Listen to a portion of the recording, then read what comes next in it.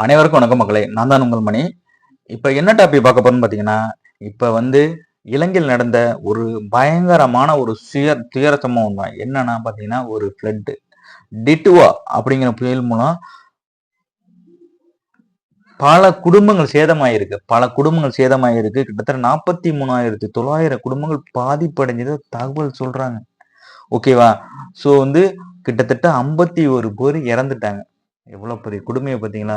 இது எப்படின்னா கிட்டத்தட்ட எப்படி சொல்றதுன்னா, வரலாறு காணாத வெள்ளம். இலங்கையில இந்த மாதிரி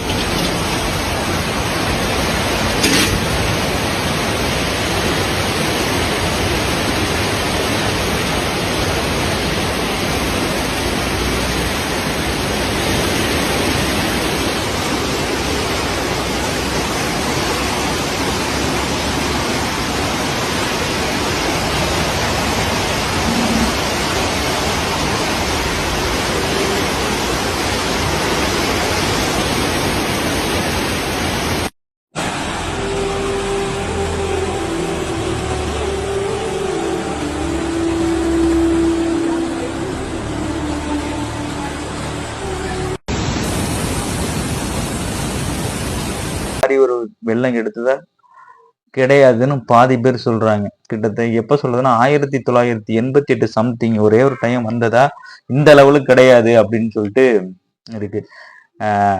130 பேர் நிலச்சரிவுலாம் காணாம போனதா தகவல் சொல்றாங்க. 123 இறந்ததாக 123 பேர் இறந்ததாகவும் 130 பேர் நிலச்சரிவு மூலம் காணாம போனதாகவும் தகவல் சொல்றாங்க. 51 பேர் தான் கன்ஃபார்ம் பண்ணிருக்காங்க டெத் ஆனவங்க அப்படின்னு சொல்லிட்டு. அது ப்ராப்பரான ஆள்க நேம் இந்த மாதிரி தெரிஞ்சிருக்குமா நான் சரியா தெரியல. ஓகேவா? ஸோ இந்த மாதிரி இலங்கை இப்படி ஒரு பிரச்சனையில திக்கி சவிச்சிட்டு இருக்கு. ஸோ இறந்தவங்களுக்கு கண்டிப்பாக நம்மளால முடியாது. அவங்க குடும்பங்கள், பாதிப்படைந்த குடும்பங்கள் நம்ம ப்ரேயர் பண்ணணும். அவங்க அந்த நாடு சீக்கணும், இந்த வெள்ளத்திலேருந்து மீண்டெழுகணும். நம்மளும் நம்ம நாட்டுக்காரங்களும் கிட்டத்தட்ட உதவிக்கரணம் நீட்டணும்.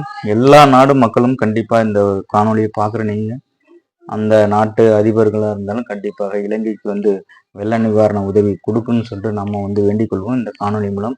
எப்படின்னு பார்த்தீங்கன்னா 43,900 குடும்பங்கள் சேதம் அடைஞ்சிருக்காங்கப்பா. அதுல அதிகமா பாதிக்கப்பட்ட மாவட்டம்னா கிட்டத்தட்ட 17 மாவட்டங்கள் சொல்றாங்க.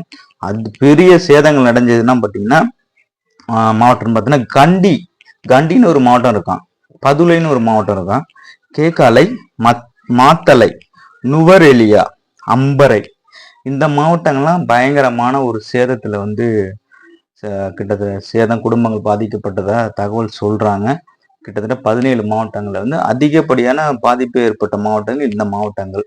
ஓகேவா? ஸோ வேற எதுவும் மாவட்டங்கள் மிஸ் ஆனா கிட்டத்தட்ட இலங்கையில பார்க்குற மக்கள் இருந்தீங்கன்னா அதையும் கீழே கமெண்ட் பண்ணுங்க.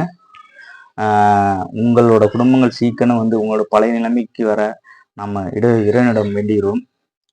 சீக்கிரம் வெள்ள பிரச்சனைகள் உங்களுக்கு சீவாகும். உலக நாடுகள் கண்டிப்பா உங்களுக்கு உதவி பண்ணணும்னு சொல்லிட்டு இந்த வீடியோ நான் பண்ற சின்ன வீடியோலாம் உங்களுக்கு ரீச் ஆகும்னு சொல்லிட்டு நான் கடவுள் இருக்கிறேன். இந்த சமயத்தில் நம்ம என்ன சொல்ல வர்றதுன்னு சொல்லிங்கன்னா, வெள்ளப்பெருப்புங்கிறது எந்த நேரத்துல எப்படி வரும்னு சொல்லிட்டு நம்ம யாராலையும் ஏத்துக்க முடியாது. அதனால நம்ம என்ன பண்றதுன்னா, முடிஞ்ச அளவுக்கு நம்ம இந்த மாதிரி பிரச்சனைகளை வர மாதிரி கொஞ்சம் சேஃபா இருக்கணும். முடிஞ்ச அளவுக்கு குழந்தைகளை பத்திரமா பார்த்துங்க. இது இல்லாம இந்த வீடியோவில் எடுத்து அங்குள்ள வெள்ள நிலவரம் எப்படி இருக்குன்னு சொல்லிட்டு நான் அந்த வீடியோ காணொலி வீடியோ கடைசியில் நான் போடுறேன். இல்லைன்னா இடையில கண்டிப்பாக வரும், அதையும் நீங்கள் பாருங்க.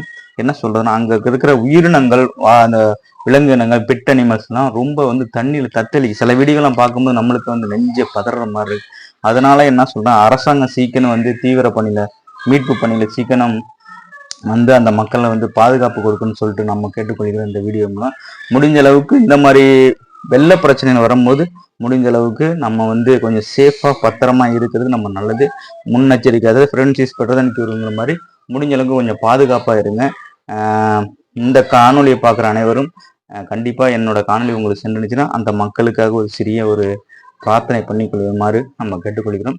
இந்த வீடியோ உங்களுக்கு பிடிச்சிச்சுன்னா லைக் பண்ணி விடுங்க. இது மாதிரி வீடியோ பார்க்க என்னோட சேனலை சப்போர்ட் பண்ணி சப்ஸ்கிரைப் பண்ணுங்க நண்பா. நன்றி, வணக்கம். அடுத்த வீடியோட பார்ப்போம். ஓகேவா? இந்த காணொலி வரும், பார்த்துங்க.